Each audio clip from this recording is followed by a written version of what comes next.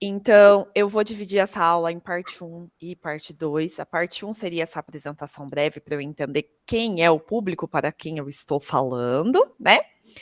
E a segunda parte eu queria fazer essa visão geral e que vocês entendessem que a estatística ela é muito mais, ou os métodos quantitativos, do que vocês acham que é, né?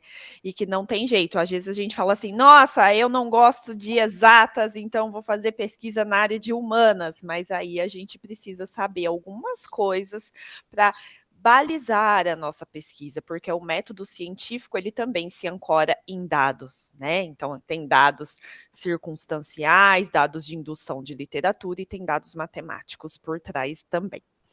Eu vou pôr a minha tela para apresentar.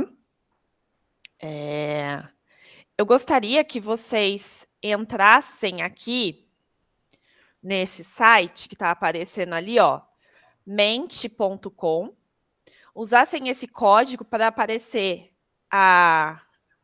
essa pergunta e vai ter um lugar para vocês colocarem 3 respostas. Então, eu quero que vocês usem 3 palavras para se referir ao tema estudos quantitativos. O que vocês entendem pelo tema de estudos quantitativos. Assim que vocês começarem a responder, ele vai começar a fazer um gráfico aqui na nossa tela, que vai ser a base para a nossa discussão da aula nessa parte inicial, tá? Então, vocês estão vendo ali em cima, ó, join@ment.com. Então, vocês vão entrar nesse site e digitar esse código aí, ó, 77 38 83 20, e vai aparecer para vocês colocarem 3 palavras. Professora, eu não estou conseguindo ver. A senhora está compartilhando a tela? Estou compartilhando. Aqui, ó. Vocês Eu não não estão vendo? consigo ver. Quem Não mais sei não se é consegue ver mesmo. a minha tela? Tá muito pequenininho. Tá muito Vou pequeno? pôr no chatzinho, pôr no chat já. Tá bom. Você escreve, Armando, por gentileza? Já estou escrevendo, tranquilo. Só dita um númerozinho. O povo é rápido. Obrigada, gente. O povo é rápido. Eu vou entrar aqui com outra tela também, porque aí eu consigo ter um retorno da tela de vocês, tá? Enquanto vocês vão digitando aí.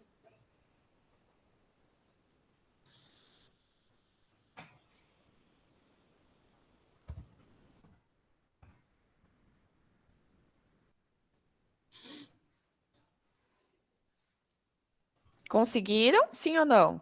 Eu tô aqui aguardando as respostas. Vai abrir uma caixinha. Professora, eu vou ter que sair porque eu estou no celular e eu vou entrar no computador. Já retorno, tá? Tá bom. Porque no celular é difícil de fazer. Obrigada. Ah lá. Ótimo, já tem gente respondendo. Nós tivemos 2 respostas. Ele vai aparecer ali. Usem 3 palavras, mas meu Deus. Isso, 3 palavras. Tem as caixinhas lá com as 3 palavras. O que vocês acham, o que vocês entendem, qualquer coisa, tá, gente? Fiquem à vontade, é pra gente mensurar aqui isso e dar um start na nossa discussão.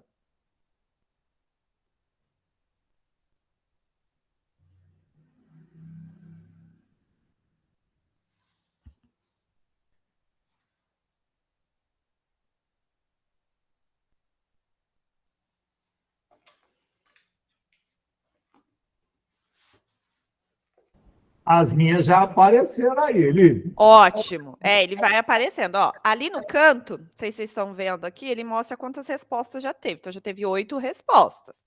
Vamos lá, gente. Vamos preencher para a gente poder ter aqui a base. Não é palavra bonita, não. E pare de colar, hein, povo?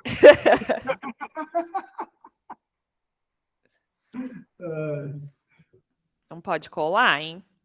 É o que vocês entendem.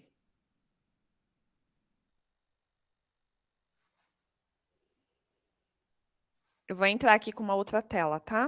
Deixa eu só ver se não vai dar interfonia.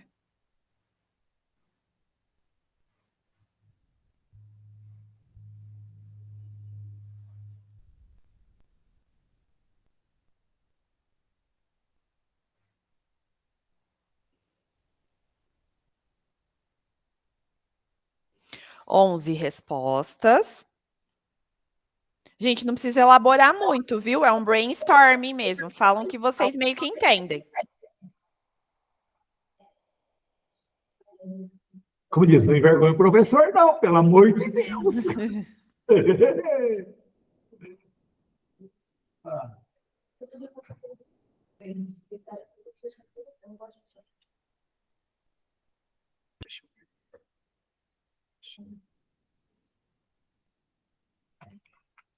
Conseguiram? Ainda faltam mais algumas respostas.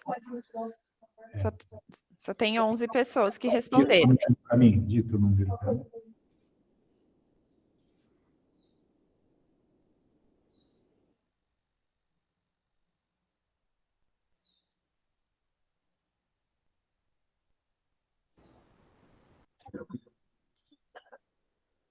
Vamos lá?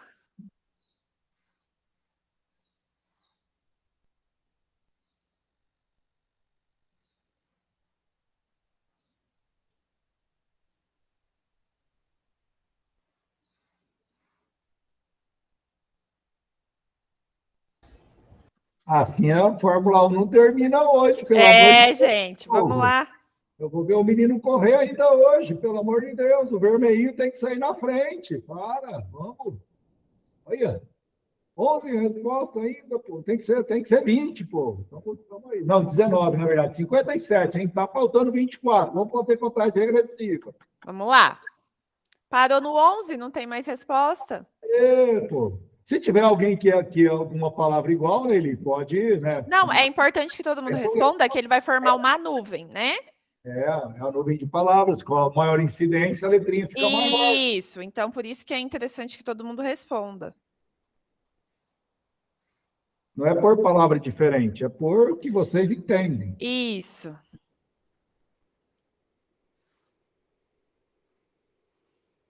Ó, vou dar uma colinha, faltou uma palavrinha aí quando a gente fala, né? Amostragem. Vou dar uma cola. A amostra é importante na pesquisa. Sim, muito. Vamos lá. Todos estão participando? Não, o Paulo? Todos podem. Ah, não, hoje só nós.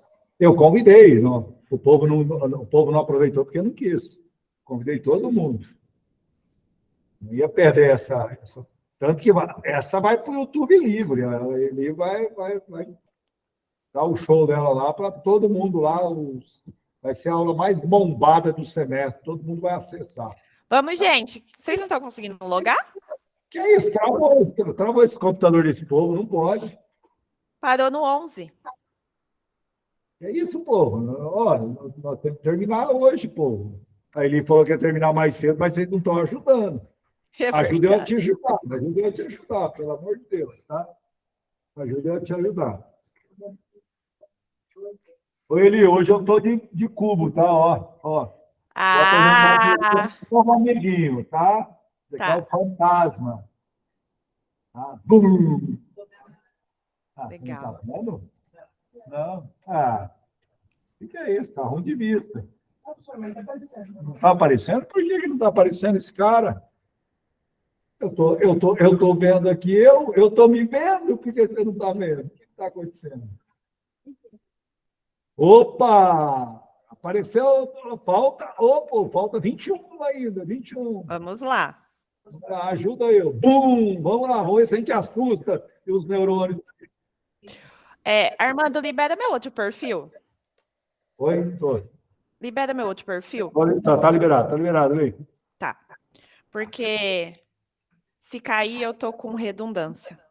Eu também estou trabalhando assim, porque aqui de vez em quando a nossa net padrão, como que é, da NASA. Pois é. Então, da NASA. Oi?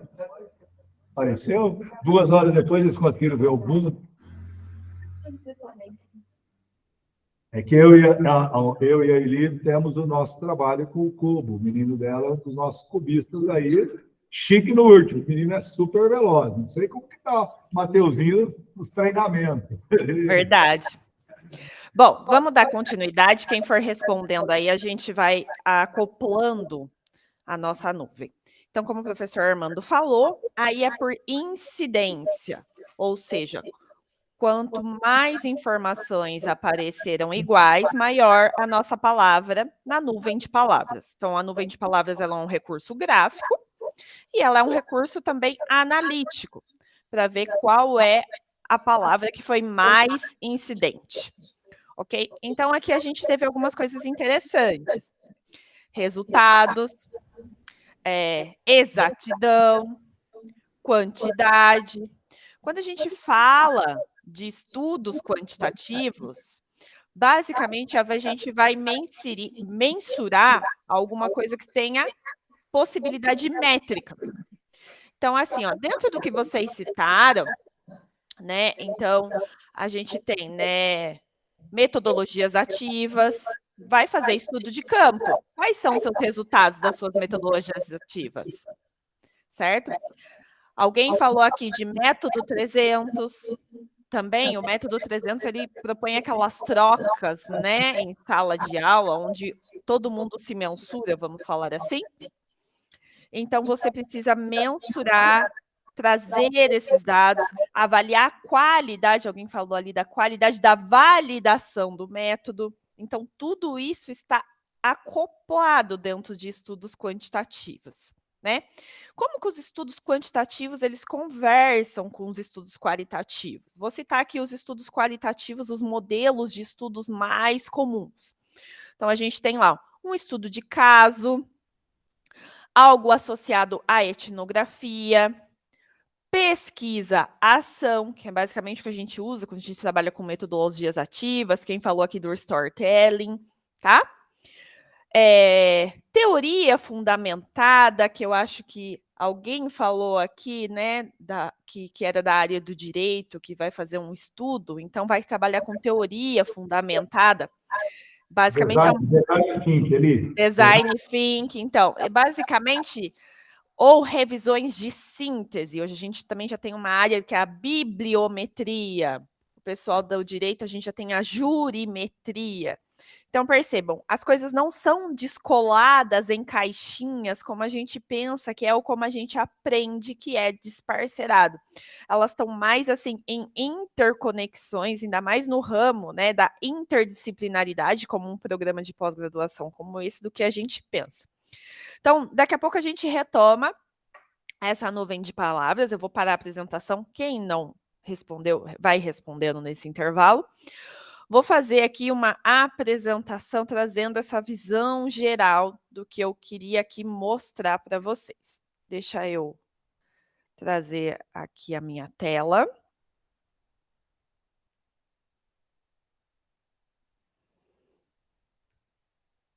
Eu não sei se eu mudar de bandeja aqui, ele vai deixar apresentar. Vamos ver. Deixa eu compartilhar a tela toda.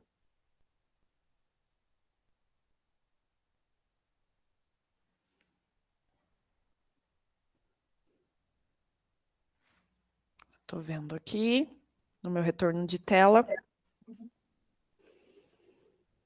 Ótimo.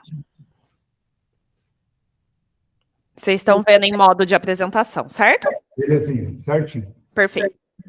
Bom, o tema da nossa aula, então, é uma visão geral sobre estudos quantitativos e seus critérios, né?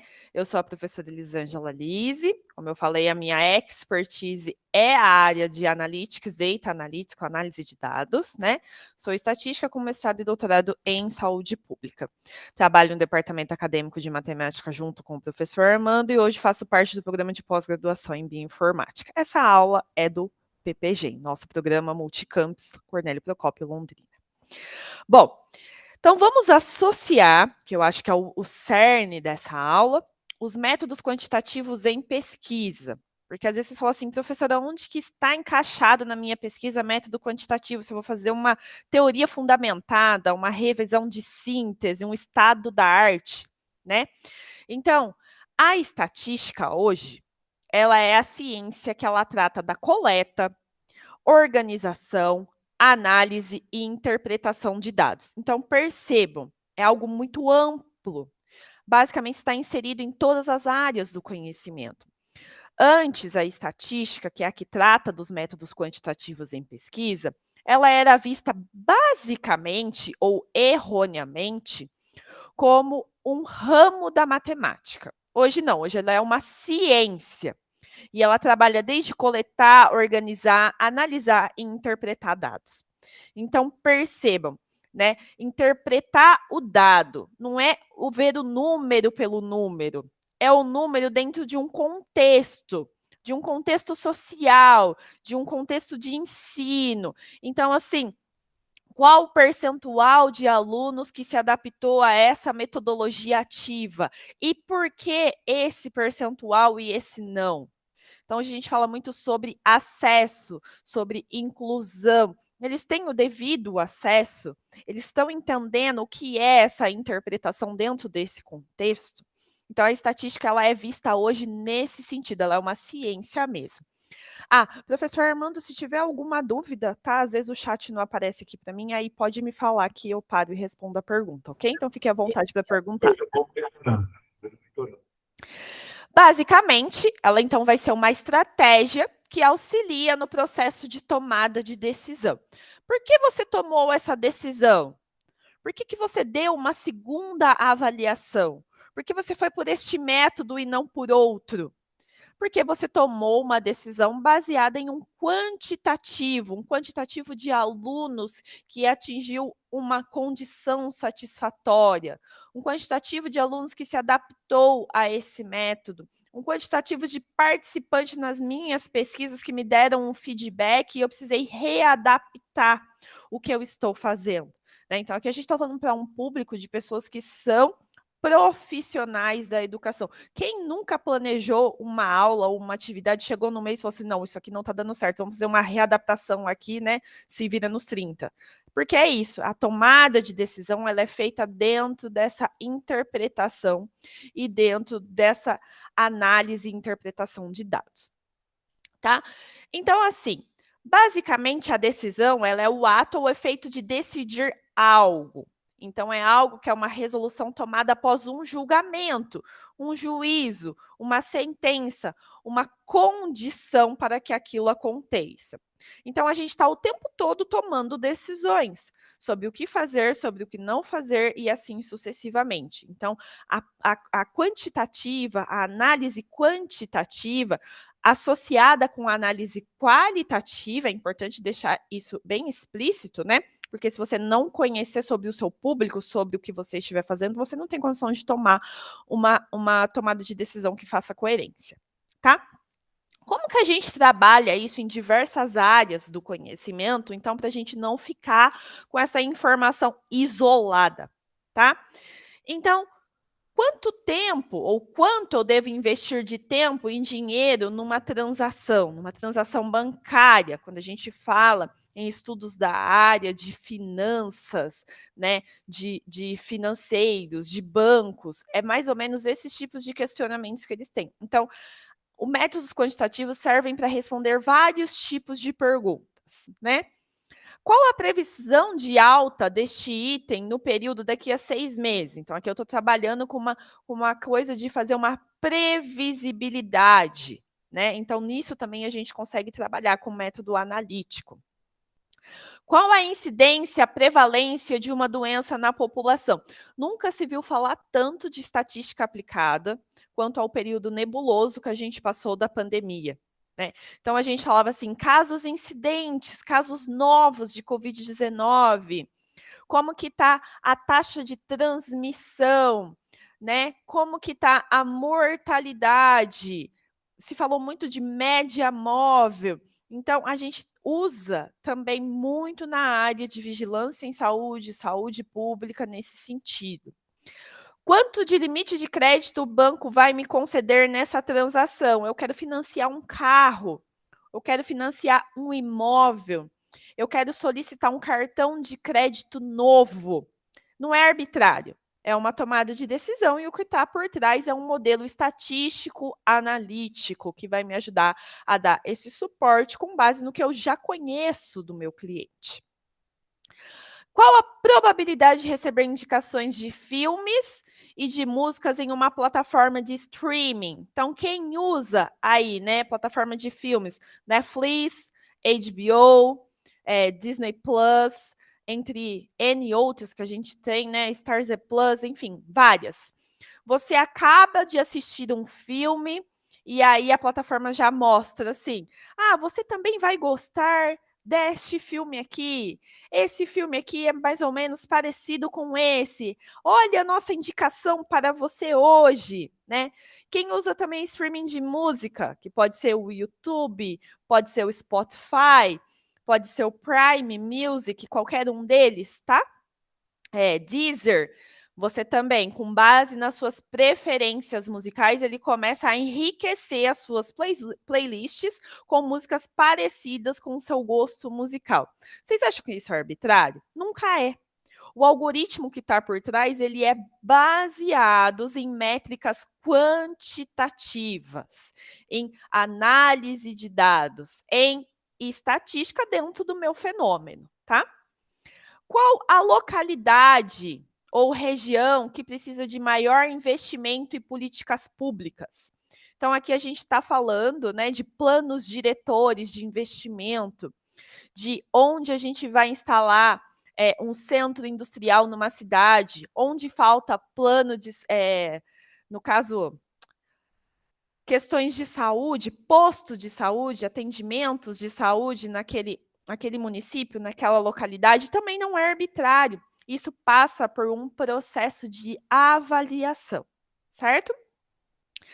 Qual a probabilidade de termos um vencedor em 20 rodadas do campeonato? Quem joga cartola aqui, não sei se é um público que ou já ouviu, aqueles ex-bet da vida, cartola, quem eu vou pôr no meu time hoje? Né? O jogador hoje está em alta, o jogador hoje está em baixa, já foi tantas rodadas do Campeonato Brasileiro, tem maior probabilidade do time X passar do time Y. Tudo isso também é feito com base de métricas quantitativas, certo?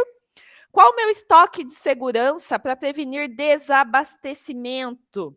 Falta de insumos, cadeia de suprimentos, faltou vacina, faltou medicamento, faltou roupa de frio, faltou chip, que né, a gente passou por um período que faltou chips na área de engenharia elétrica e eletrônica.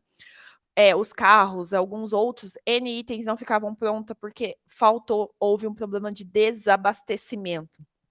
Qual o meu estoque de segurança para prevenir esse desabastecimento?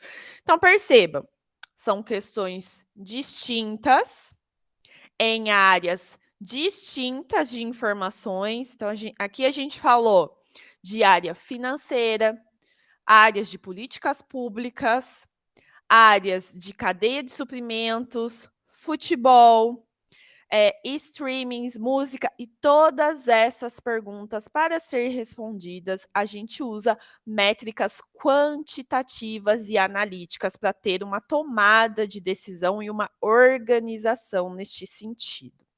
Ok? Alguém fez uma pergunta. Eli, a própria situação quando foi instalado o Cefet em Cornélio e em outras regiões, o que eles fizeram? Estudaram o mercado para ver aonde teria condições de, no caso nosso, veio eletro e mecânica na época, em 94, mas tinha um estudo mercadológico para inserção no mercado desses técnicos que nós formaríamos. Né? Perfeito. Então, na educação, a estatística ela se torna referencial. A empresa que vai abrir também, né? Sim. Como que ela vai sobreviver no mercado, se ela vai para uma região, por exemplo, eu vou vender lá no Nordeste chimarrão, tá? Sim. Então, não faz sentido. Ou roupa de frio. Então, é nesse sentido que a gente também tem, né, aplicabilidade. Um outro sentido também, corroborando com essa fala do professor Armando, foi a época das verbas do Reúne, que foi um programa do governo federal, né, da reestruturação das universidades, que foi inclusive quando a gente abriu o curso de licenciatura em matemática. Então, o Reúne, ele viu que havia esse déficit nas carreiras de licenciaturas em áreas prioritárias e específicas, como matemática, por exemplo, que é o curso de graduação que nós temos aqui em Cornélio Procópio hoje. E aí, antes não tinha, porque é um processo de crescimento também, como ele falou, começou com esses 2 cursos, depois vem engenharia elétrica, eletrônica, controle e automação, computação, e inclusive veio o curso de licenciatura em matemática. Então, perceba, tudo não é arbitrário. Tudo existe uma lógica por trás e algo que me ajudou a tomar a decisão para que eu esteja no ponto que eu estou hoje, ok? Bom, então vamos lá. Como que a gente usa isso, então, e vai montando estas informações, esse quebra-cabeça, né? Então, a estatística, ela é suporte de apoio para sistemas e produtos.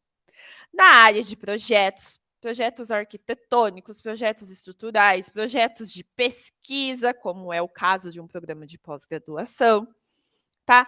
Implementação de políticas públicas de saúde, políticas públicas de inclusão, políticas públicas para as mulheres. Quem lembra do início da Lei Maria da Penha, onde a gente tinha somente uma pessoa que atendia, uma central de atendimentos para eles, depois eles viram que a demanda social era muito grande e hoje o Brasil ele é uma referência na área de políticas públicas para as mulheres. Então, percebam, as coisas não caem do céu, elas caem de uma demanda social, uma demanda institucional, uma demanda do governo, uma demanda empresarial e uma demanda também em termos de pesquisas, de ensino, de desenvolvimento. É por isso que a gente tem os programas de pós-graduação. A gente trabalha com pesquisas em linhas de desenvolvimento. Educação em pesquisa. O que se faz em educação em pesquisa é o desenvolvimento tanto de recursos humanos de alto nível, como vocês depois vão sair mestres e doutores, além de trazer um retorno para a sociedade do que se produz em educação e pesquisa. Tá? Haja vista que hoje os nossos smartphones, que nós estamos aí o tempo todo mexendo, né, com os dedos, ele foi iniciado, essa tecnologia fingerprint, né, que era de mexer, veio de uma tese de doutorado. Economias e finanças, muito se fala, quem lê cadernos de finanças, né? Estabilização, crescimento, produto interno bruto e assim por diante. Saúde, áreas prioritárias em saúde, programas continuados de saúde, onde que a gente vai firmar ou potencializar aspectos que são inerentes da saúde pública, como programas de saúde da família, programa de imunização e assim por diante. Transporte e logística, aqui então chove. Qual a melhor rota? Qual a rota otimizada? Qual o insumo que está faltando em tal lugar que vai chegar da melhor forma? Ações prioritárias, porque tem ações que são prioritárias, tem ações que são urgentes e tem ações que a gente precisa fazer ao longo prazo para receber algum retorno. Então, a gente também não faz isso de forma arbitrária.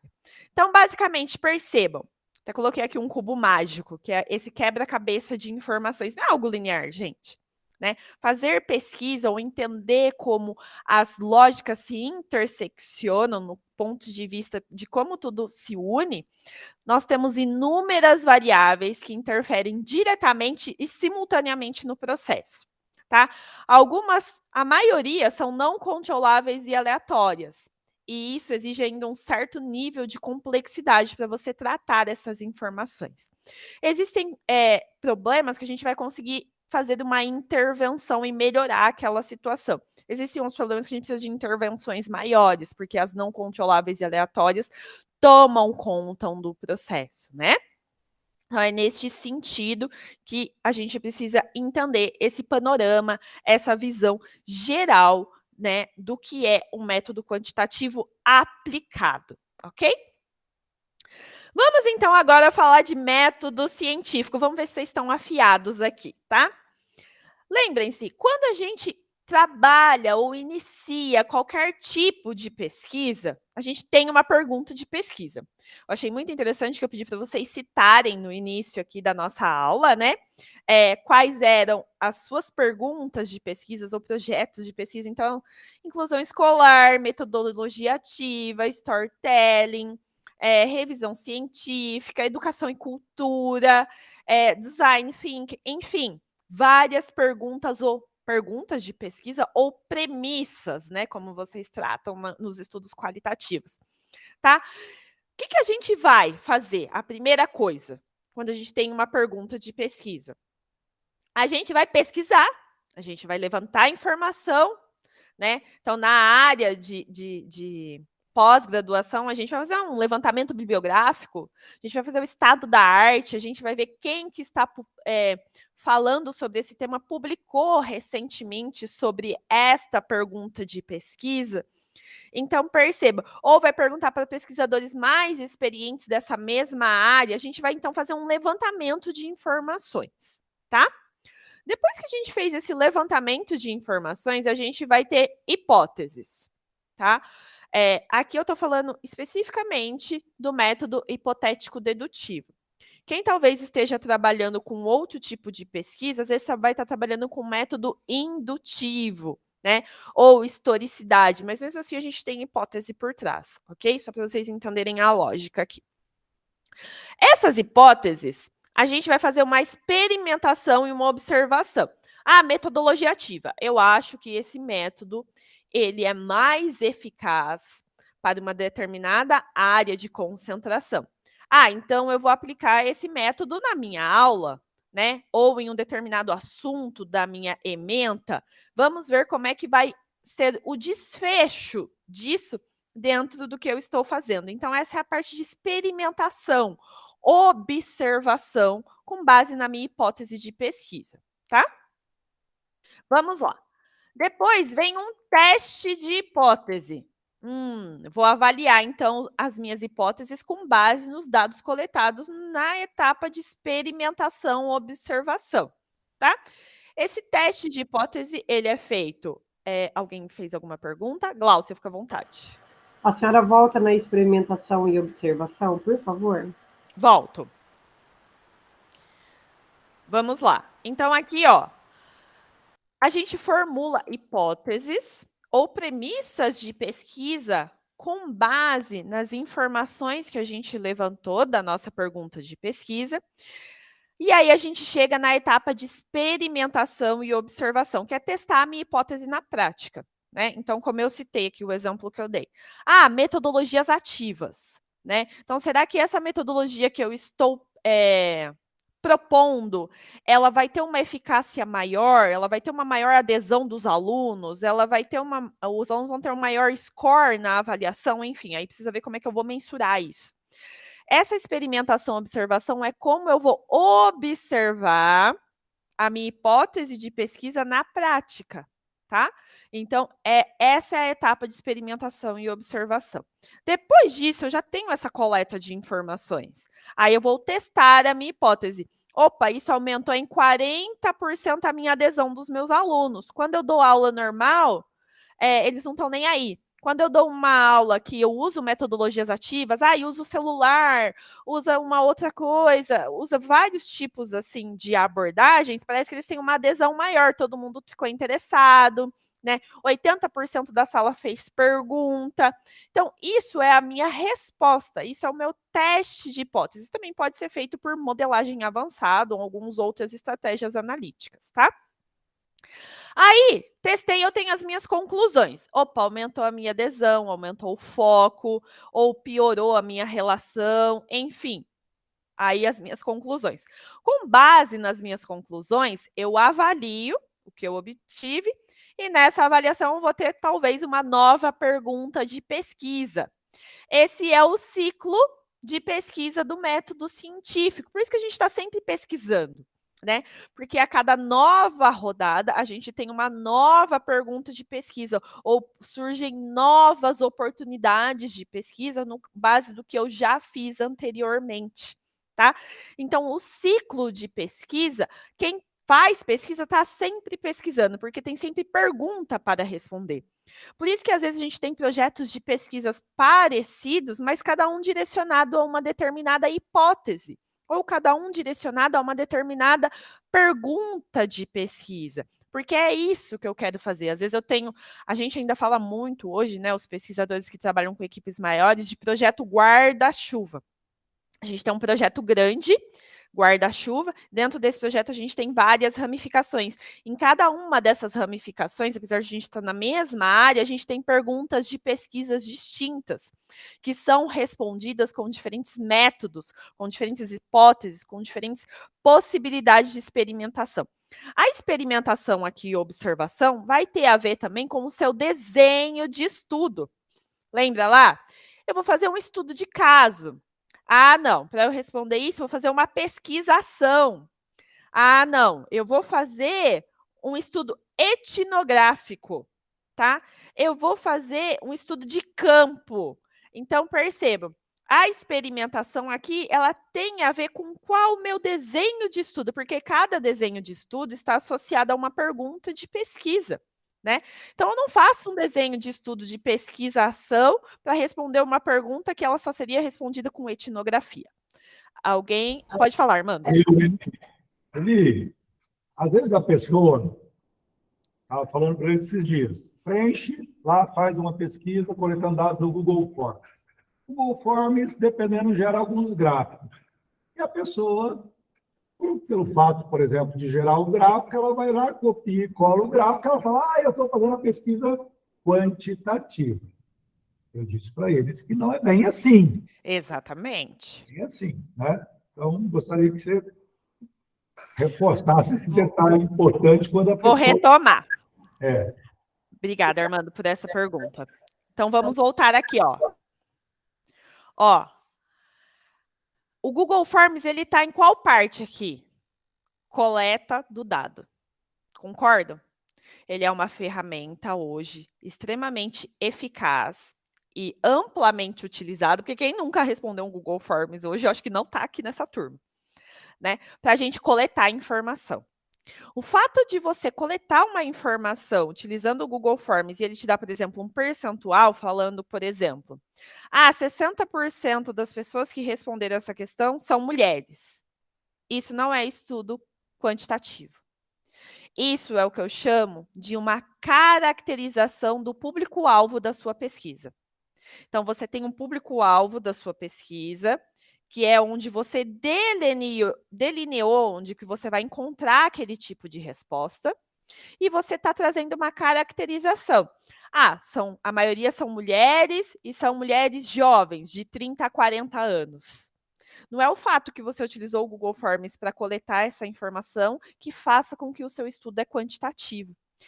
Existem desenhos de estudos quantitativos, que aí a gente está falando de desenhos específicos, né? Desenhos para fazer modelagem preditivos, trabalhar com carteira de clientes, estudos de séries temporais. Isso que eu estou citando são desenhos de estudos de métodos quantitativos. Quando você trabalha em ensino, né, geralmente a gente faz estudos, como eu citei, na etapa qualitativa, né? Então, aqui, ó, na experimentação, a gente tem estudos de base qualitativa. Pesquisação. O método 300, basicamente, é pesquisação. Porque eu vou lá e vou fazer na prática com os participantes. Não tem como eu fazer método 300 sem eu fazer a prática, tá? Estudo de caso. Então, aqui eu tenho um grupo que fez metodologia ativa e outro que aprendeu por método tradicional. Qual é a diferença entre esses grupos? Então, percebam, essa diferença eu vou medir utilizando coleta de dados, mas não descaracterizou, não é uma pesquisa qual e quant. Então, é isso que eu preciso que vocês entendam. O que caracteriza uma pesquisa quantitativa é o desenho de estudo.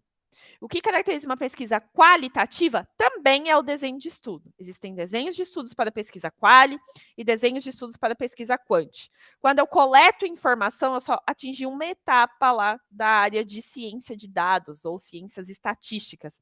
E eu estou caracterizando o meu público de pesquisa. Então, por exemplo, quem aqui falou que vai fazer método 300?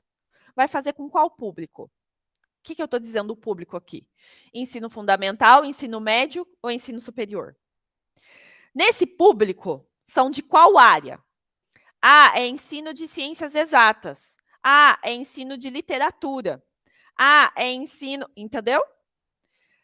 Essas pessoas, esse público-alvo, qual é a faixa etária? Geralmente a faixa etária vai estar ligada com o nível de instrução, né? Fundamental, médio, tá? Então, a gente geralmente aqui no método de pesquisa também, a gente responde 3 perguntas.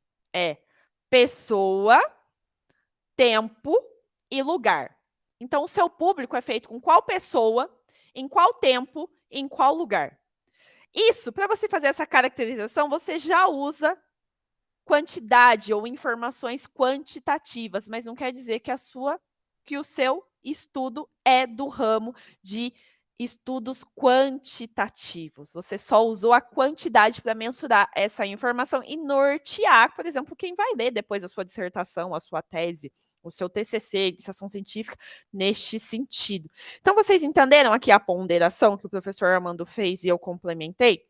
Não é porque você coletou dados com o Google Forms e trouxe aquele gráfico que ele mostrou que o seu estudo é quantitativo, tá? É importante deixar isso claro. Ficou claro aqui? Ótimo. Então, vamos lá. Eu gosto de trazer a historicidade, tá?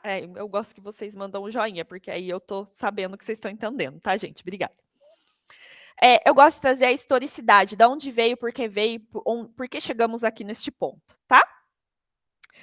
A estatística, ou a ciência de coletar dados, ela é mais velha do que vocês imaginam, tá? Ela veio lá das civilizações antigas, Egito, Mesopotâmia, Grécia, enfim. Geralmente, eles queriam fazer um censo da população, quantas pessoas tem para fazer arrecadação de imposto, né? Inventário de recursos públicos, quanto tem, quantas sementes ainda tem, quanto de suprimentos de guerras ainda temos, né? Controle de preço e registro de mercadorias, então vem tudo dessa época. Esse pessoal aí já fazia estatística básica. Então, vocês acham que hoje vocês iam fugir da estatística básica, apesar de todos os recursos que a gente tem que facilita isso? Claro que não, né? Recontagem da tripulação militar, então mandava os soldados para a guerra e precisava ver quantos que sobrou para ver se eu poderia encarar uma próxima guerra com aquela outra população para poder trazer aquelas informações, né? Ou se eu poderia mesmo me apropriar do território do outro, né? Porque aquela parte guerra naquela época era para conquistas de território. Tá?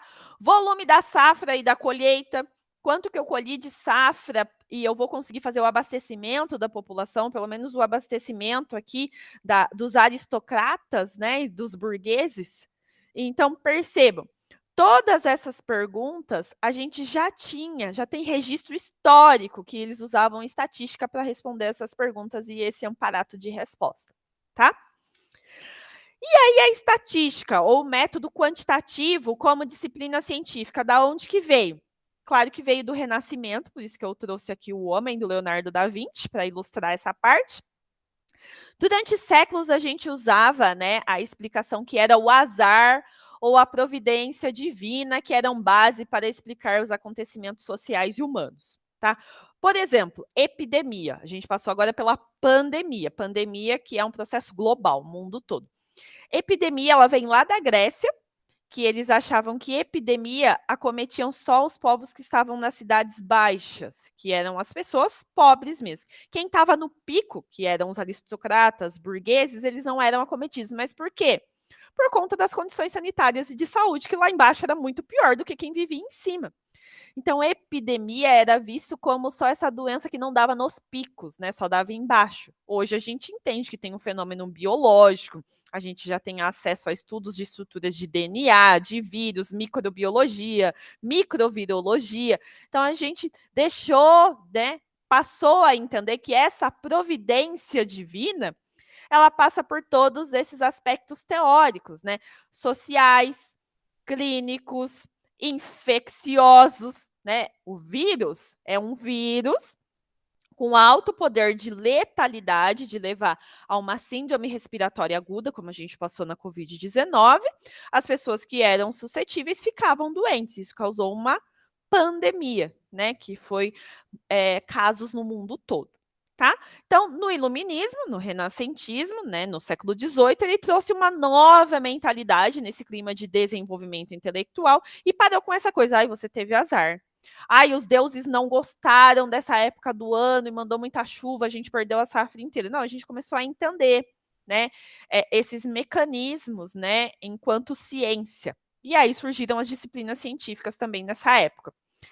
A primeira, né, a Alemanha criou algumas universidades e teve essa disciplina específica de estatística. E as teorias estatísticas, as teorias quantitativas, se desenvolveram em conjunto com a matemática e com a astronomia.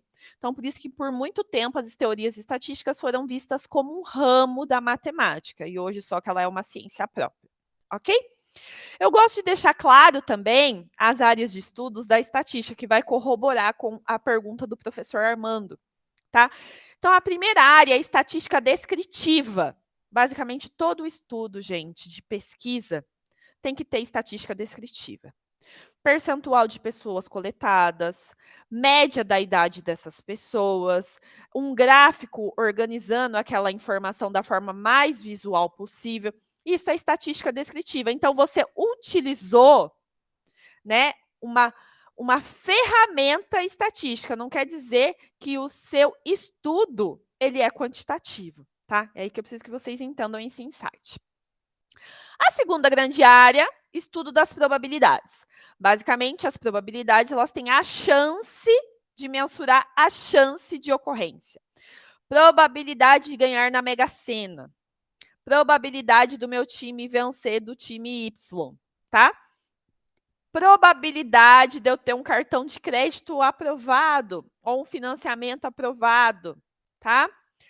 Probabilidade de eu tomar um remédio e não ter rejeição ou efeito colateral. O estudo das probabilidades ancoram isso em diversas áreas do conhecimento, tá? Por fim, a gente tem a inferência estatística. Estudos quantitativos, especificamente, são ancorados nesse terceiro braço aqui, ó, que é a inferência estatística. A inferência estatística ela serve para fazer generalizações do nível da amostra no nível da população. Para isso, geralmente, a gente usa modelos preditivos, modelos de regressão, inteligência artificial e assim por diante, tá? Tanto que até os anos 90 a gente tinha essa definição clássica.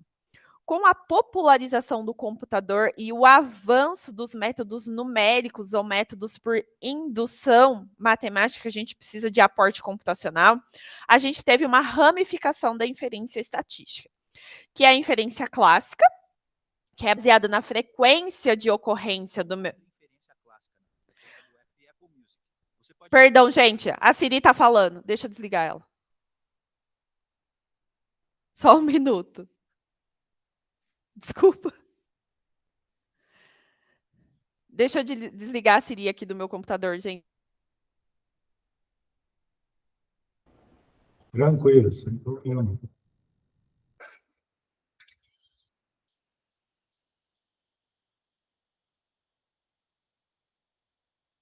Eu lá em casa é a Alexia. Eu tinha o Alexandro, né? Quando eu estava falando com o Alexandro, de repente a Alexia começava a falar comigo, você acredita? É, tudo certo.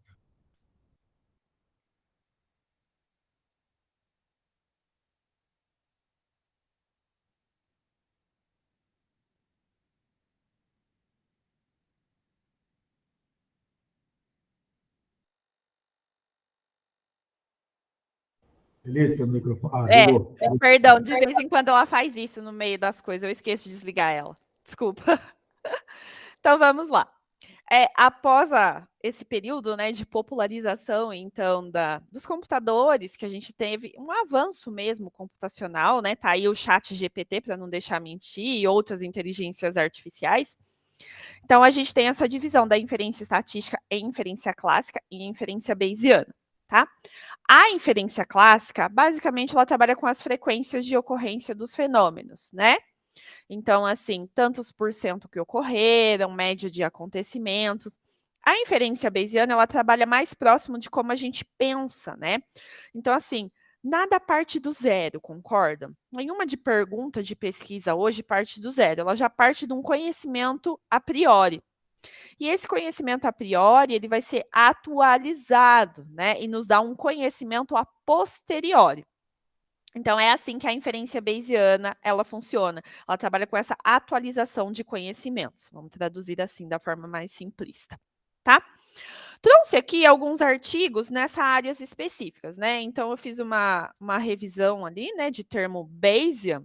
Então, a gente vê essa explosão, ó, né? Aqui eu fiz até 2021. Então, como eu falei, foi crescendo exponencialmente até trazer essa potência, porque hoje, por exemplo, os algoritmos de inteligência artificial são todos baseados em inferência bayesiana, tá? Porque antes mesmo a gente não tinha arcabouço, não tinha computador que aguentava compilar simulações, por exemplo, tá? Então, ó, Bayesian estatística, né, ou aprendizagem estatística para fazer análise de dados biológicos. A gente viu, por exemplo, a questão do DNA hoje, como está sendo trabalhado, é o que está por trás, né? Fazendo predição do código, né, utilizando inferência bayesiana para estudar as ondas cerebrais, ou as codificações cerebrais. Então, percebam, tudo isso é novo, é o que tem sido feito agora, 17, 19. O que possibilitou, né, essa atualização no contexto de análise clínica, análise social, foi também a evolução dos métodos analíticos. Então, o que eu quero mostrar para vocês?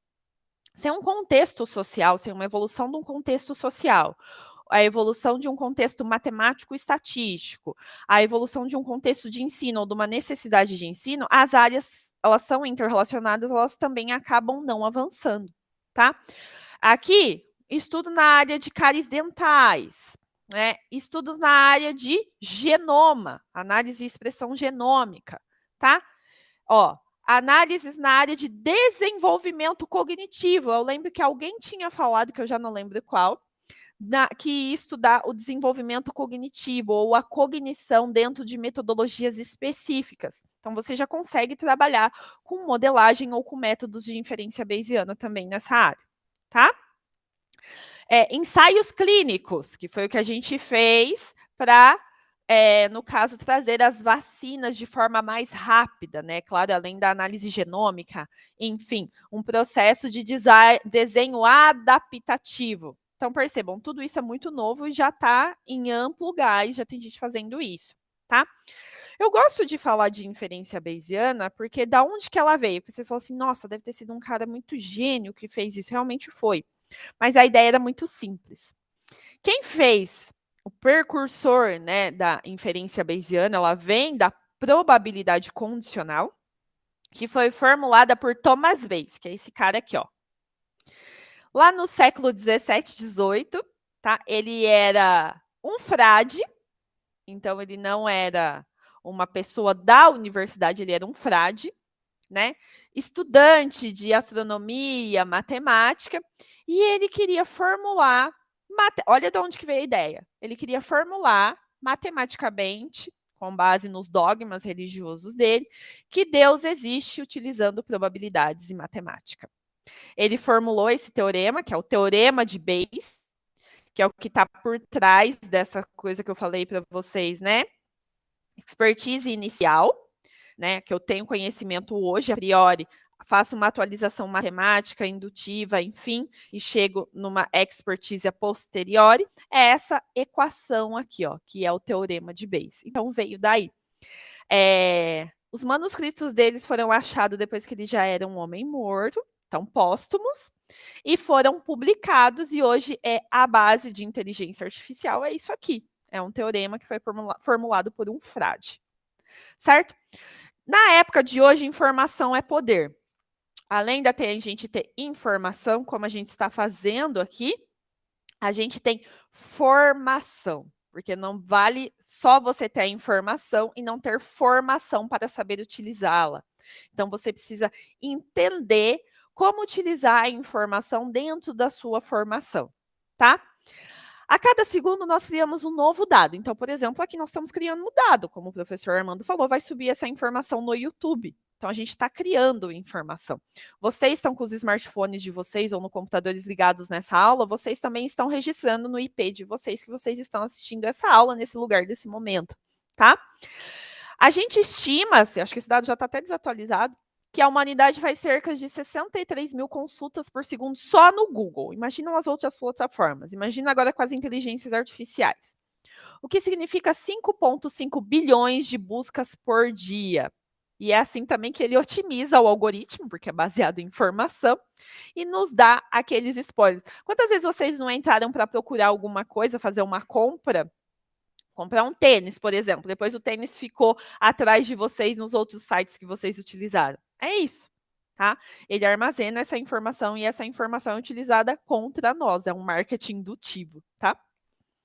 Então, a gente tem, por exemplo, Twitter, Telegram, Facebook, YouTube, tem muito mais agora, porque tem Discord, Twitch, Instagram, todos esses smartphones ligados na rede, isso está gerando dados, gente, isso está gerando informação, né? Essa informação, ela é utilizada e a gente também não pode desconsiderar esse cenário na pesquisa. Então, por isso que hoje, né, achei muito legal que a maioria dos alunos está falando de metodologias ativas ou design thinking, porque vocês acabam perspassando por essas tecnologias. E é importante. O nosso aluno está lá. O nosso aluno, ele está no TikTok. O nosso aluno, ele está no Twitter. O nosso aluno, ele está no Instagram. A gente precisa começar a entender que isso também é uma ferramenta em potencial de pesquisa, de levar informação. Além disso, ela foi utilizada também para critérios de desinformação. Hoje, além da gente receber a informação, a gente precisa ter um critério de filtrar essa informação. A gente não pode ser mais esponja. Qualquer coisa que a gente lê, a gente já absorve. A gente precisa checar se aquela informação é verídica, então a gente precisa hoje ser filtro. Então, isso é muito importante. A Daniela está falando que vai trocar de rede, Armando. Certo? Então, isso é muito importante no cenário atual. E tudo isso está gerando informação e corpos para a gente fazer análise. Ok? E gerando, viu ele, e gerando também dados importantes que aconteceu ontem com o dito cujo que ficou inelegível por 8 anos. Exatamente. Então, a gente também tem que tomar cuidado com o que a gente circula na rede social, principalmente nós que estamos trabalhando no contexto formativo. Né? Perfeito. É o que eu falei. Eu lembro de uma situação que acontecia no colégio de padres. Os padres, eles tinham que mudar de cidade a cada 4 anos. Tá? Por que eles faziam isso? Porque para a pessoa não se acomodar, ele enfrentar novas realidades. Então, eles tinham na cabeça deles, estatisticamente, que se você deixasse o padre ali no mesmo lugar, ele não ia mudar nada, ele ia, de repente, a comunidade ia deixar de seguir, né, os princípios religiosos que se tinha. Então, você fazendo esse giro, estava, vamos dizer, mobilizando as pessoas na sua fé. Né? Percebo. Hoje nós vemos uma situação da comunicação que nós, como professores, nós estamos, por exemplo, eu vou chegar a 29 anos daqui uns dias, você já está com uns par de dias aqui com a gente também, né? Percebo. Então a gente também tem essa visibilidade e essa exposição, a palavra da é exposição, né? Então, a rede social é importante para a gente se comunicar, mas a gente tem que tomar cuidado para não se expor, né? Exatamente. E eu gosto de citar muito Paulo Freire nessa etapa específica, porque Paulo Freire fala: esteja onde o seu aluno está.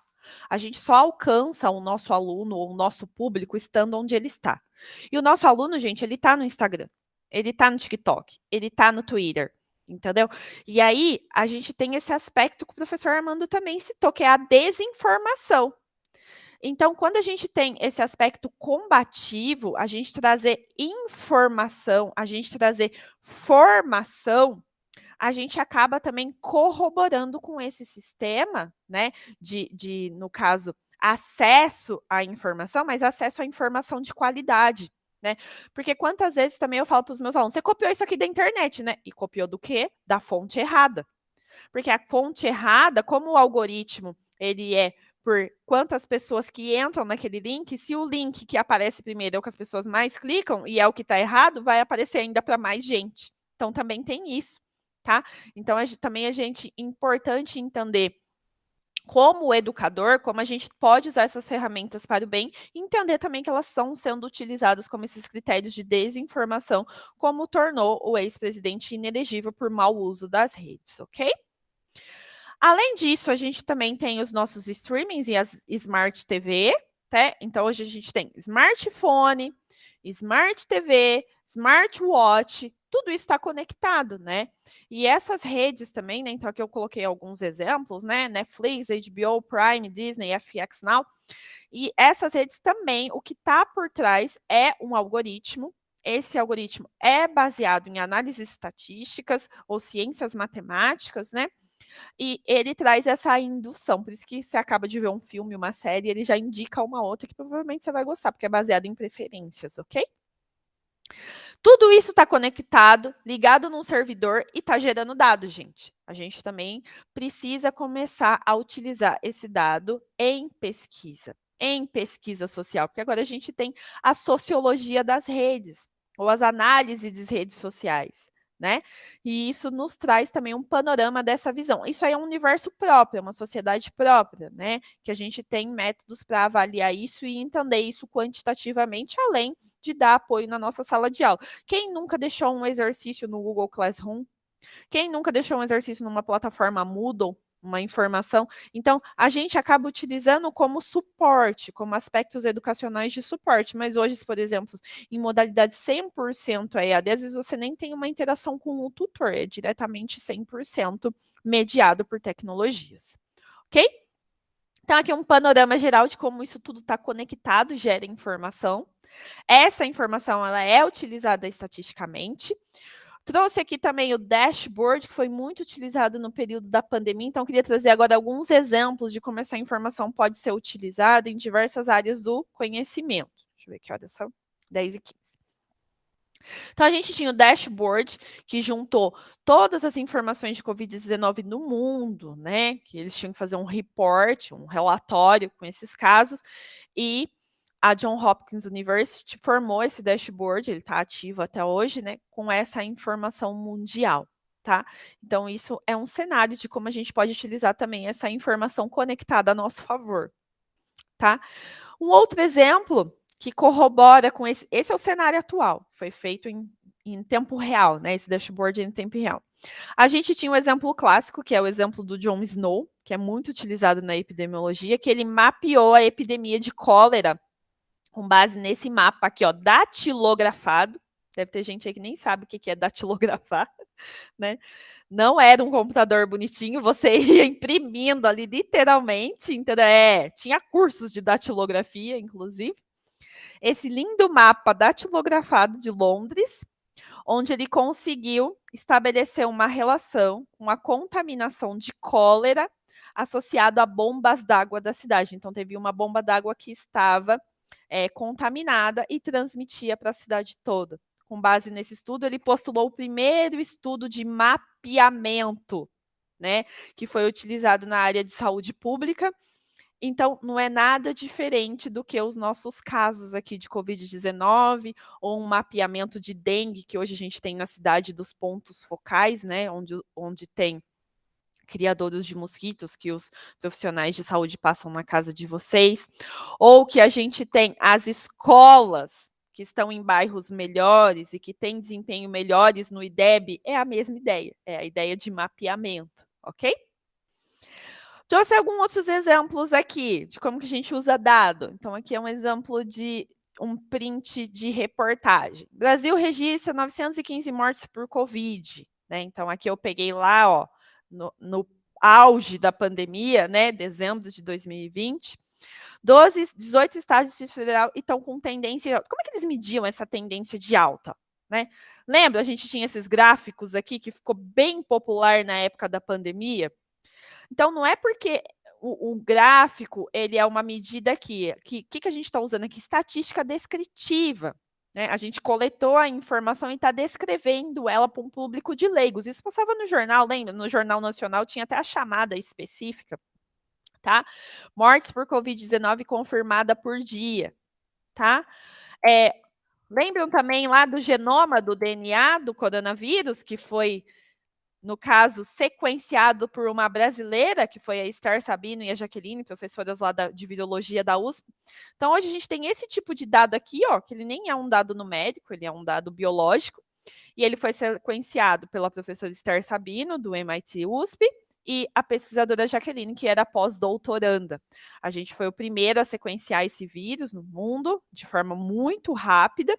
Então, isso também é um dado em informação rápida que utilizou. Só foi possível com o avanço do computador, o avanço da biologia, o avanço da bioinformática e o avanço da estatística junto dentro de um fenômeno biológico. Então, percebam como as áreas se intercruzam. Né? Estudo da ONU apontam que o tamanho das famílias no Brasil está abaixo da média mundial. Como, mais uma vez, estatística descritiva. Taxa de fecundidade está ligada aos direitos como a saúde, educação e emprego. Então, percebam, ele conseguiu ligar isso, a taxa de fecundidade, a essa condição. Se eu tenho bom acesso à saúde, se eu tenho um nível de instrução maior, educação, se eu tenho um emprego, as famílias hoje elas estão diminuindo, né? Aqui a taxa de fecundidade mostrada no gráfico, o Brasil e o mundo. Então, a gente está abaixo aqui da média mundial, ok? Dado de 2018. Um outro ponto importante, que foi aquele exemplo que eu dei lá das financeiras. Vocês já entraram no site do Serasa, que vocês têm um score lá? Todo mundo tem um score no site do Serasa. Esse score, ele é assim, ó. Vermelho, laranja, amarelo. É baseado mais ou menos no seu comportamento de mercado. Quantas compras você faz no crédito, quantos financiamentos você tem, se você tem empréstimo, se você paga suas contas em dia. Então, vamos supor que você quer financiar uma casa. Eles falam assim, eu vou verificar o seu Serasa Score para fazer uma análise. Se você tiver um Serasa Score aqui entre bom e excelente, a chance de você conseguir essa aprovação é muito alta. Se você tiver aqui nessa faixa aqui, a chance é baixa. Por quê? Porque provavelmente você tem um comportamento de mercado que é dito como ruim. Isso que é o crédito score, ou score de crédito. Ok? Também utilizado na perspectiva de behavior score, o score de comportamento. Com base no seu behavior score, o banco te dá alguma coisa ou não te dá, e assim por diante. Eu pedi um cartão de crédito e foi negado. Provavelmente você deve estar com o behavior score baixo, tá? É assim que funciona. O que a gente usa aqui por trás? Modelo de regressão logística múltipla, classificadores automáticos, que basicamente é a base da inteligência artificial. Então, percebam, conforme a ciência avança, todos os campos sociais, sociológicos, antropológicos, ensino, educação e acesso também evoluem e crescem juntos. Ok? Trouxe também aqui um exemplo da NASA, tá? Ó, Earth Data, dados da Terra, que fala da modelagem da distribuição de espécies, que é para falar se está em extinção, se não está, tá? Trouxe também um outro exemplo de modelagem e predição de partículas solares. Então, assim, é muito amplo, é utilizado em muita área, tá? Como que a gente entende essas áreas específicas? Então, a gente tem a estatística e a matemática andando juntas. Lá no início, eu ainda mostrei que a gente tinha a astronomia, que andava em conjunto, eram as áreas correlatas.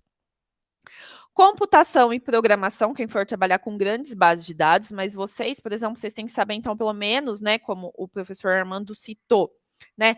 Eu preciso coletar um dado. Como que eu organizo isso numa planilha eletrônica? Como que eu organizo essa informação?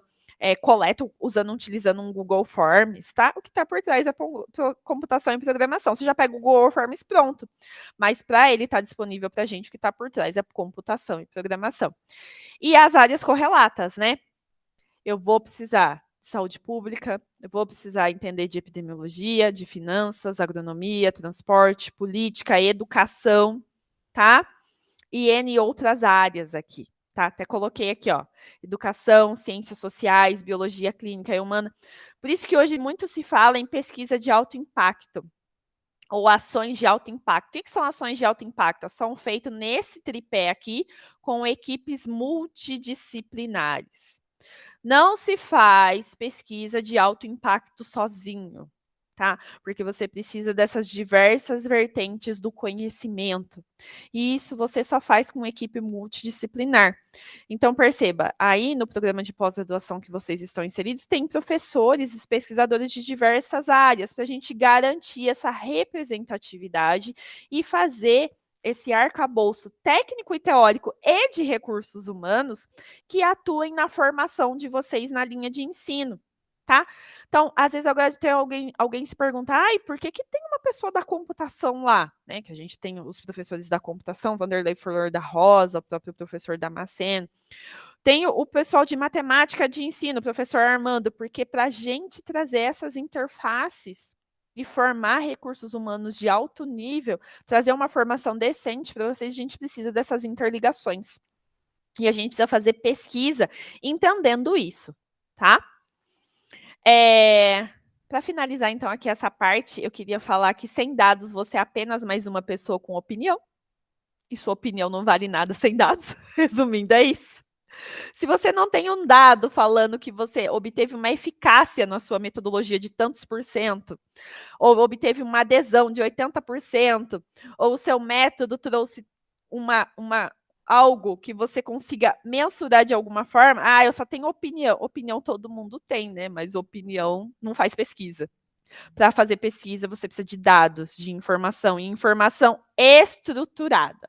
Não é informação arbitrária. Ok? Eu vou parar a apresentação, vou abrir aqui para perguntas e um bate-papo com vocês, para aí a gente caminhar para outra parte, que é a finalização do que eu tinha para falar. Bom, vamos lá. Dúvidas, sugestões, indagações, quem se viu, quem não se viu, quem quer falar sobre a sua pesquisa e perguntar alguma coisa, fiquem à vontade. Até mesmo, Elis, na quantidade de projetos, por exemplo. A minha pesquisa de doutorado ela vai para 10 anos aplicada na UTF. Mas por que ela continuou? Porque a gente teve resultados, né? Semestralmente, você vê os resultados que dá, vamos dizer, o impacto dela, né, com os alunos. Qual que era a minha teoria maluca, né, Eli? É que os alunos que tinham reprovado, eles não precisavam ficar assistindo a disciplina tudo de novo, né? Essa era a base, né? Então, simplesmente considerava que a gente tinha que mobilizar eles para estudar, buscar aonde que estão as debilidades deles e a gente serviria de suporte. Não é à toa que hoje a minha frente de trabalho são as metodologias ativas, né?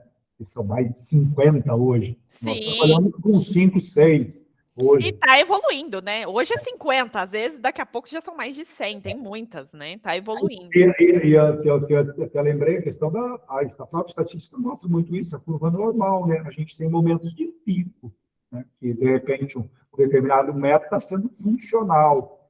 Pode ser que a gente volte. Vamos falar a época, por exemplo, do salão, era barbeiro. Eu ia no barbeiro cortar o cabelo. Aí, quando eu era rapazito, né, era cabeleireiro, né? Hoje, você tem o barbeiro de volta, né?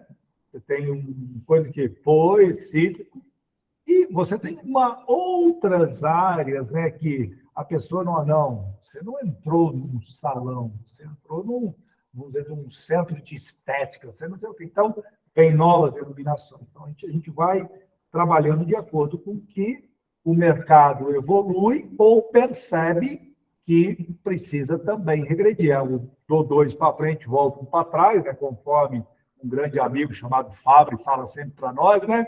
Tem que dar 2 para frente para voltar 1 para trás, né? Então, às vezes a gente faz isso, né? Então, a gente não só avança, né? E a estatística mostra, né?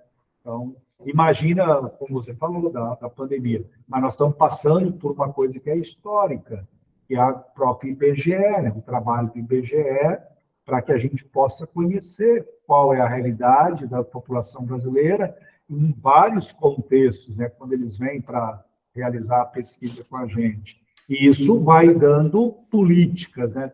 A gente sabe que no Brasil tem algumas complexidades quando a gente fala de políticas públicas, mas a gente tem visto algumas coisas que acontecem em função disso ou daquilo, né? inclusive em outras áreas, não só de saúde, como áreas de cultura, né?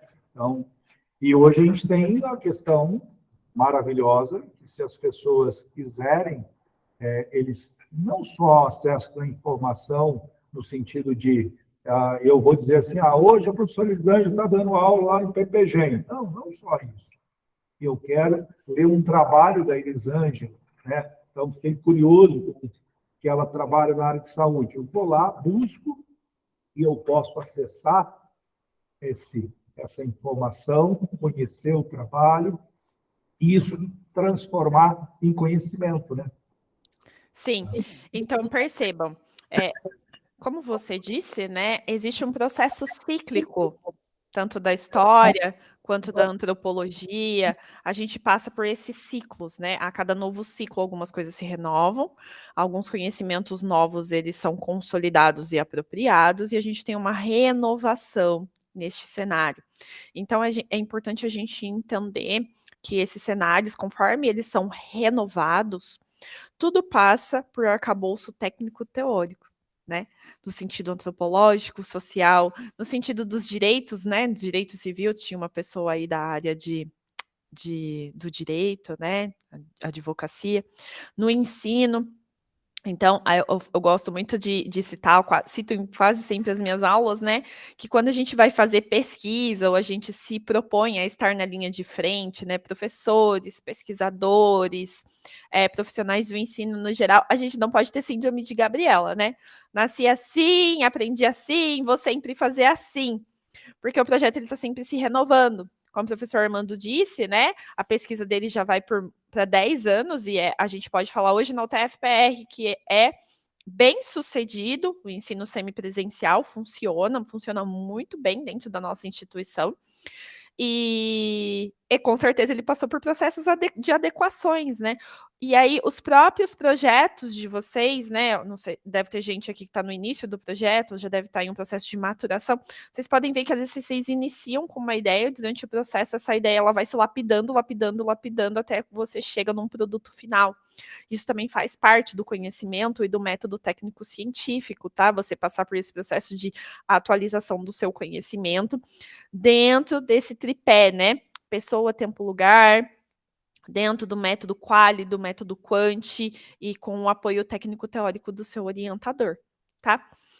Eu queria ver se ficou alguma dúvida do que eu falei entre os alunos. Feita, professora Elisângela aí, alguma coisa que vocês têm, eu aproveito. Isso. Se vocês quiserem também perguntar alguma coisa técnica do projeto de vocês, fiquem à vontade, tá? Porque eu acho que esse é um momento também de troca de expertises para a gente aproveitar esse tempo da melhor forma, ok? Deixa eu ver se tem alguma coisa aqui no chat. Nossa, gente, como vocês estão quietos, vocês entenderam tudo?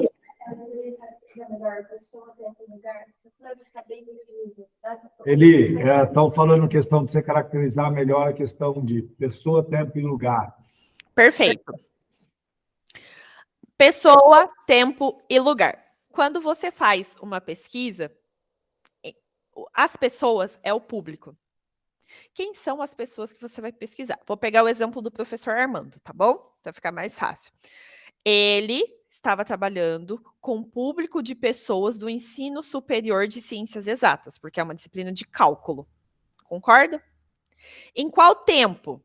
No tempo da pesquisa dele. Então, ele fez em 2015, em 2016, em 2017, agora passou por um processo continuado, tá? Então, as pessoas, nesse tempo, em qual lugar? Na Universidade Tecnológica Federal do Paraná. Eu preciso ilustrar esse tripé. Porque se eu for fazer uma generalização, nossa, olha, nós temos um caso bem sucedido na UTF-PR de Cornélio Procópio no cálculo 1. Será que eu consigo trazer isso para o UFPR? Consigo levar isso para o UEL? Consigo levar isso para o UEMP? Ou consigo adaptar para o meu contexto de matemática do ensino médio fundamental, que aí é outras pessoas em outro lugar? Então, é isso que é o processo, é o tripé metodológico que a gente fala. Pessoa, tempo e lugar. O seu delineamento de pesquisa tem que responder no mínimo essas 3 perguntas, ok? Clareou? Quem perguntou? Foi a Isabela me orientando aqui. Ela falando se o tempo envolve a aplicação. É realmente o tempo Envolve. em que ela está acontecendo, né? Exatamente, envolve. Uma coisa importante em pesquisa que você trouxe ali, isso aconteceu com mais de uma situação no conhecimento ao longo da história da humanidade, principalmente na área de lógica, probabilidade. Um é o exemplo Bayes, outro é o exemplo de Bully. Tudo que nós estamos fazendo hoje é graças a um cara que quis organizar o pensamento lógico de forma algébrica, Exato. chamado George Bully. Ele morreu sem saber que a gente teria energia elétrica, a gente teria computação com base nos princípios que ele retratou praticamente 200 anos atrás de quando começa, né? Que nós vamos começar em 1900. E demora, né? Então, percebam que demora, é um processo histórico, a gente tem que até passar por um processo adaptativo, né? Tanto que Galileu Galilei foi morto porque ele falava que o Sol era o centro do universo. Então, a gente passa por esses processos de maturação, é importante falar disso, né? O computador, como a gente vê hoje, ele foi desenvolvido por uma estratégia de guerra. Então, digamos assim, o objetivo nem era tão nobre assim. Outros de guerra, o próprio leite, tudo em caixinha, né? O Tetra Pak. Sim, o Tetra Pak é o longa-vida, né? Então, quantas coisas, né? E aí, às vezes, a gente não para pensar nisso, tá? Aí, às vezes, o que eu gosto de falar para os alunos de pós-graduação, que eles chegam, professora, minha pesquisa enroscou, eu não sei mais o que eu faço. Isso é normal, gente. Senta, calma, espera, estuda, você vai passar por um processo de maturação e vai achar um caminho metodológico lógico, tá? É assim também, a gente precisa passar por esse processo, faz parte da formação de vocês. E às vezes você só vai entender depois. É o famoso que você vai ter que digerir, vai ter que assimilar vamos dizer, os conhecimentos, tudo que você apropriou vai concatenar nas ideias ali, tudo, né? E assim por diante. Mais alguém, gente, alguma dúvida do que eu falei? Alguém quer expor um ponto de vista? Fiquem à vontade.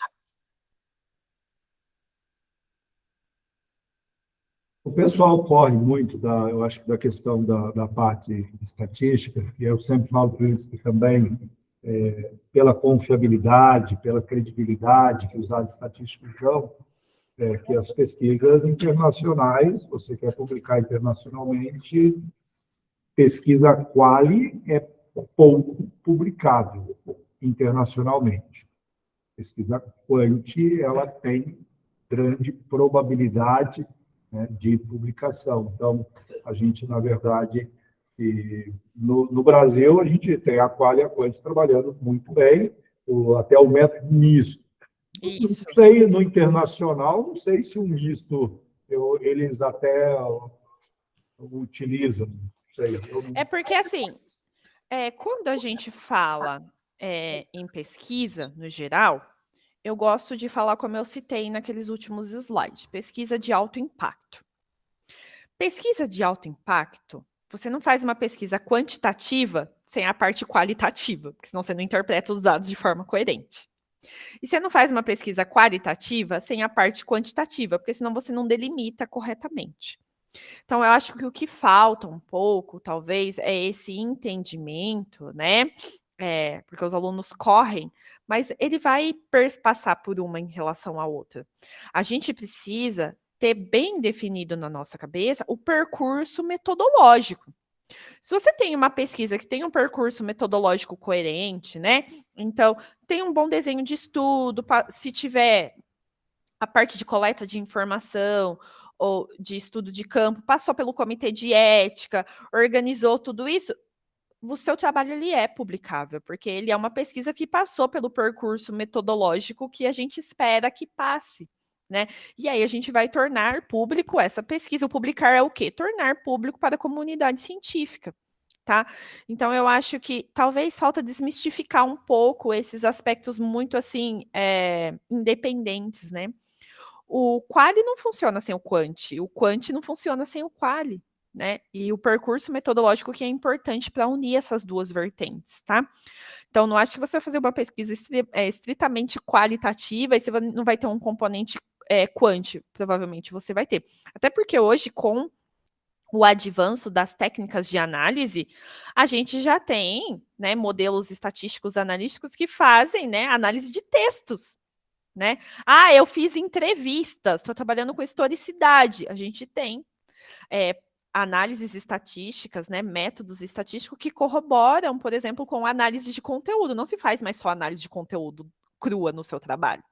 Já faz as duas coisas juntos. Isso é um exemplo, tá? Que eu estou dando. E N outros que eu poderia dar nesse sentido, ok?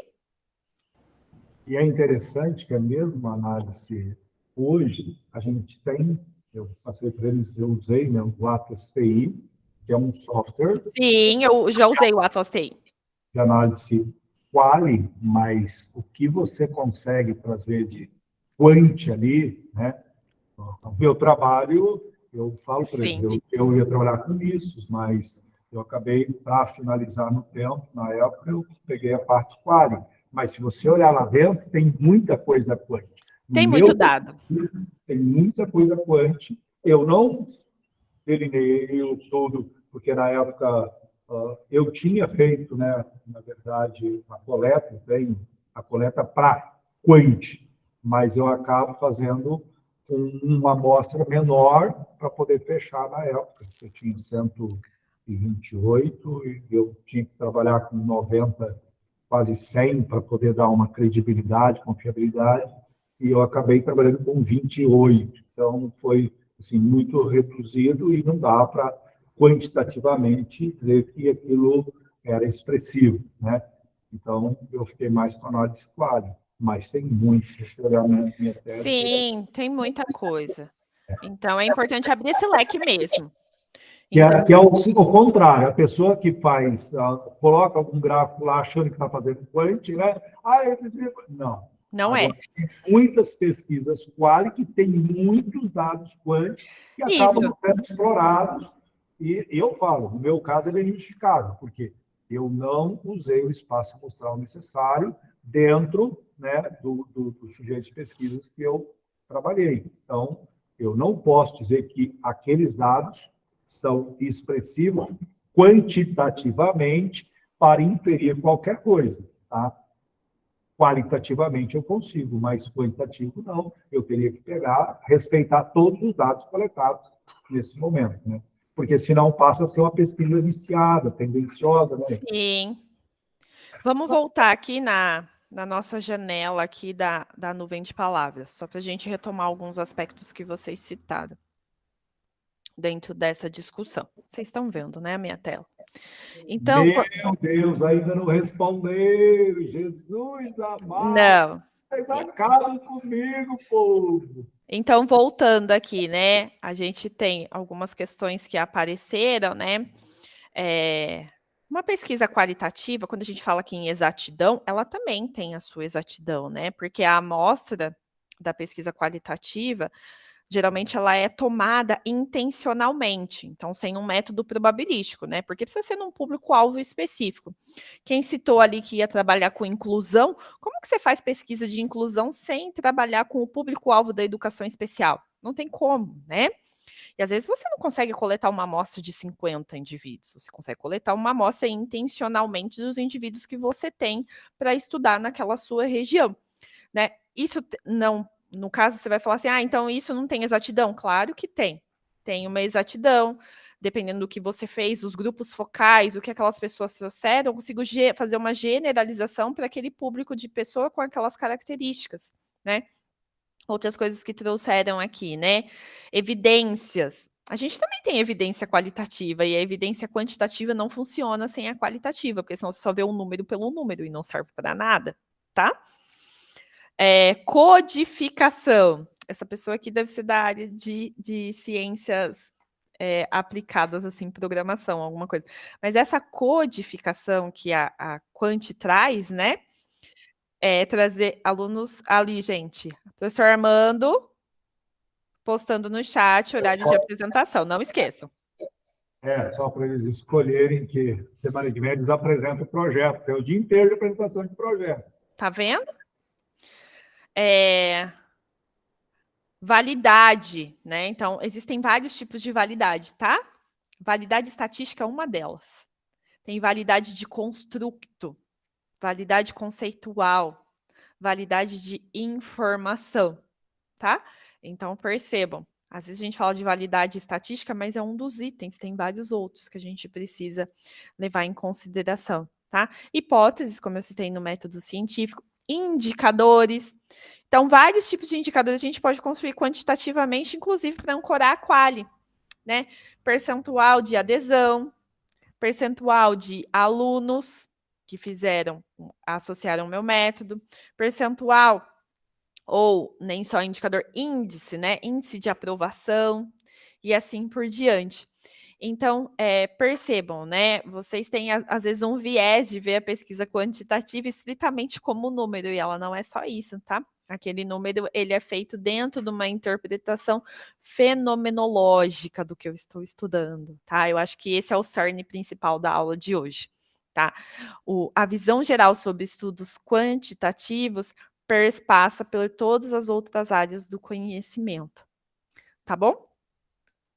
Basicamente era isso que eu tinha para falar. Não sei se tem mais algum questionamento. Eli, você tem trabalhado, acho que SPSS, Isso, eu gosto. Os Max QDA, né? Isso, assim, eu sou analista de dados. Vocês vão ser usuários de análise de dados, que é diferente, né? Porque eu sou uma cientista de dados, então eu trabalho com análise de dados massivo. Quem trabalha com análise de dados massivos vai trabalhar com interfaces de programa. Então, por exemplo, eu uso o R, o SAS, Python.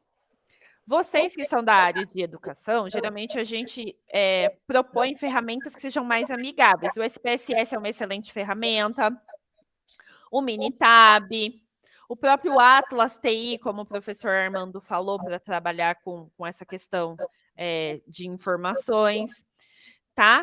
Então, existem outras N ferramentas que a gente tem para utilizar. O próprio Excel, planilha eletrônica, tá? Então, são ferramentas importantes para vocês que vão ser usuários de pesquisa quantitativa, ok? Tem assim, alguma ferramenta, o R, questão de pago, para você poder, na hora de dizer que você usou, tem assim, alguma que você indicaria? Então, para quem é usuário, né, de estatística, ou usuário de análise quant, eu indico geralmente o SPSS, que ele é mais amigável. O R tem que programar. Se você tiver alguma familiaridade com programação, aí eu já indico o R, porque ele acaba sendo muito poderoso para fazer várias coisas, entendeu? Ele gera, desde gráficos simples, por exemplo, até um mapa vetorial.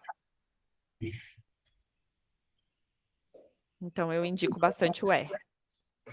E o Atlas é gostoso por causa da questão de você pode trabalhar vídeos, você pode trabalhar texto. Sim. Então, ele tem várias interfaces que você pode estar utilizando. Exatamente. Depois ele organiza, Sim, ele cria, né? Informações. No caso meu, que eu trabalhei, principalmente, ele é para análise de conteúdo, e também utilizamos, acho que o pessoal da Delta usa, agora, que é brasileira, né? A análise textual discursiva é brasileira. Ele tem o R, ele tem, por exemplo, uma biblioteca só para fazer isso. Então é bem, bem legal. Mas eu indico o SPSS, indico vários, tá? Uma coisa que é importante para o aluno de pós-graduação, que parece, assim, algo que é trivial, mas é saber mexer em planilha eletrônica, porque, querendo ou não, mas as planilhas eletrônicas hoje, elas fazem muita coisa. Se você tem um bom domínio de planilha eletrônica, né, Excel você já faz também muita coisa para o seu trabalho, que você já consegue extrair de lá. Aí, pô, é isso, pô? É isso. A professora Elisângela falou, passou, vocês deixaram ela falar sozinha, que é isso? Eu tô achando que esse povo tá sabendo muito, porque ninguém fez pergunta, então eu tô tranquila. Ou eles entenderam tudo que eu falei, Ou eles não entenderam nada, Armando.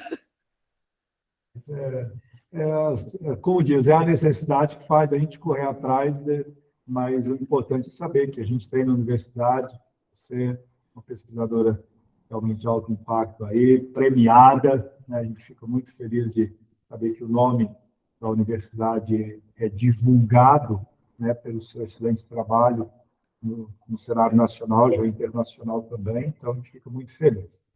Queria trazer um último recado. Fica muito feliz. O meu último recado é uma frase do Bernard Besler, que a gente já está no meio do ano. Quem faz pesquisa de base nacional, a gente trabalha exatamente com dados do meio do ano. Mas uma vantagem da passagem de ano é que terminam e recomeçam todas as estatísticas. E uma desvantagem é que terminam e recomeçam todas as estatísticas. Então, a gente tem esse ponto de mudança. Então, eu gosto sempre de deixar essa mensagem no final das minhas aulas, para vocês entenderem que a estatística, o processo de formação quantitativo, qualitativo, ele é contínuo. Então, ele termina e recomeça, termina e recomeça. E é assim que vocês têm que entender também o processo de conhecimento criativo de vocês. Muito obrigada. Pesquisa é assim, né, Eli? Pesquisa é assim. Sim, sim. Pesquisa em cacau, a hora que você pensa que você está... Você, na verdade, eu falo assim, você deu a tua pitadinha, você fez a tua parte. Você fez a tua parte, exatamente. E outros vão tirar, vão extrair muitas coisas, né? Exatamente. Mas, muito obrigado, Elisângela. Obrigada, gente. Obrigada a vocês por essa manhã de sábado. Como eu falei, eu não iria usar as 3 horas. Espero que tenha sido um tempo proveitoso. É importante, como eu falo para eles perguntam assim, quantas páginas tem minha dissertação? A quantidade de páginas necessárias para o seu trabalho ter expressividade. Exatamente. Quantos livros eu vou ler? A quantidade de livros necessários. O tempo que a professora Elisângela tem que falar? O tempo necessário. Exatamente. Não estou aqui tomando tempo de vocês só por... eu vou falar 4 horas, que eu vou fazer aquele povo ficar cansado de mim, né? Se vocês conhecerem a Elisângela, é uma pessoa extremamente atuante, ela trabalha também em vários projetos de ordem de extensão aqui, e tem, né, um trabalho, ela, Dani, Gláucia, muito forte, né, com essa parte de inclusão. Então, acho assim, que hoje, discussões que, na verdade, não é só questão de impacto, é necessário que ela faça e dê a visibilidade, principalmente no contexto da mulher, vamos dizer, da questão de gênero, né, que você tem falado bastante, e a gente tem conseguido algumas conquistas na universidade, por isso, muitas coisas só mudam porque alguém faz, né? Não adianta.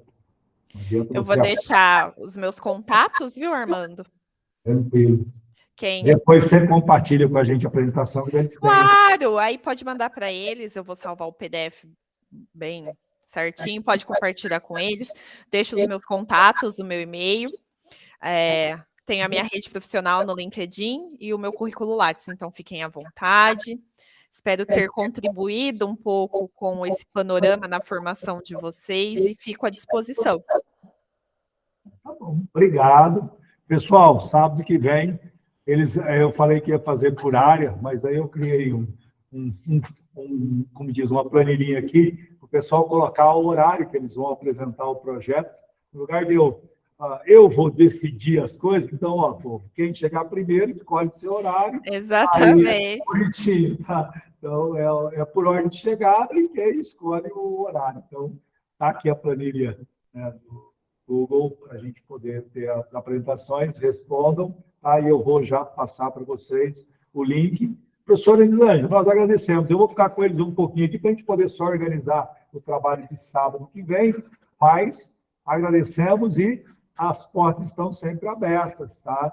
O PP, gente, você sabe, nós começamos, professor Elisângela, um programa né, que a gente batalhou para abrir, e quando nós estávamos com o programa para, no caso, caminhar, simplesmente houve mudança de regras, a CAPES, a própria UTF incorporou isso muito rápido, e acabou surgindo o multicampo. Então, mas a professora Elisângela foi para uma área que realmente cada um tem que ser feliz aonde que está, né? Na bioinformática é a área de trabalho dela, ela tem realmente muita pesquisa nesse campo, então ela está bem lá. Eu estou bem aqui no PPG, então, e a gente está feliz trabalhando junto na UTF. Exatamente.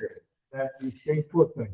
É a diversidade que faz com que as coisas aconteçam. Exatamente. A similaridade, tá bom? Obrigado. Falei. Obrigada, gente. Uma boa manhã de sábado para vocês. Professor, lembrando que ainda está gravando, tá? Não sei se você vai parar a gravação depois, mas ainda está gravando. Vou parar já que a gente... Aí depois você edita o vídeo para pôr lá no YouTube. E